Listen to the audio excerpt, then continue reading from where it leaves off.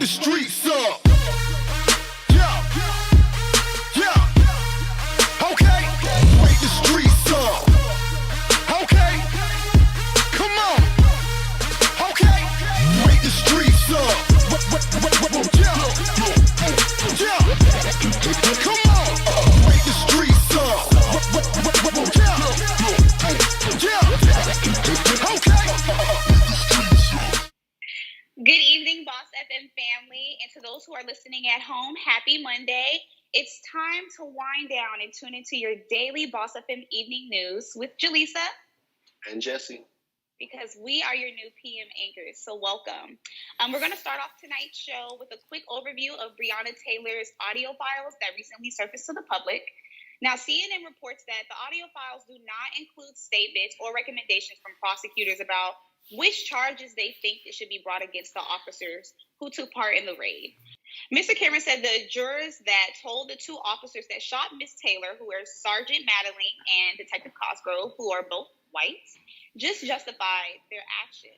So CNN reported that the audio files do not include statements or recommendations from the prosecutors about which charges they think should be brought against the officers who were taking part in the raid. Mr. Cameron, who's also a prosecutor, said that the jurors were told that the two officers who shot Miss Taylor, which is Sergeant Madeline and Detective Cosgrove, they said that all evidence were free to pursue additional charges, but his release of the audio tapes came after a grand juror asked for the proceedings to be made public and accused Mr. Cameron of using the jurors to deflect blame over the decision. Now, grand jurors are given broad powers, but the prosecutors closely guide the jurors to inform them about their role, but the process always usually remains a secret. So I understand why everything's kind of behind closed doors, but I'm glad that these are things that are resurfacing to the public, because these are things that we need to know. Moving on to COVID news, Amazon just released from March 1st to September 19th, 2020, that over 20,000 of their workers at the Amazon warehouse and Whole Foods have tested positive for COVID-19. It sounds crazy to me because everyone knows that in the past, Amazon hasn't been as open into telling us their cases, but according to Johns Hopkins University, who did these cases, it was reportedly 42% below expected cases. So there's some positive light there, but other than that, the 20,000 cases from all these workers, I mean, it's just crazy. Yeah, no doubt. It's a crazy time we're living in at this moment, especially with the big companies such as Amazon. But now switching into the world of sports and still sticking on to the topic of COVID-19, we're switching into the NFL and the Tennessee Titans organization. As of this whole entire weekend, 8 players have tested positive. One of those players actually was Patriots quarterback Cam Newton, making him the first quarterback to be infected with COVID-19. Because of this outbreak, 2 games have already been moved. Tennessee Titans game was postponed, and we still don't even have a matchup for them when they're going to come up, or even if they're going to play their Week 4 matchup as well.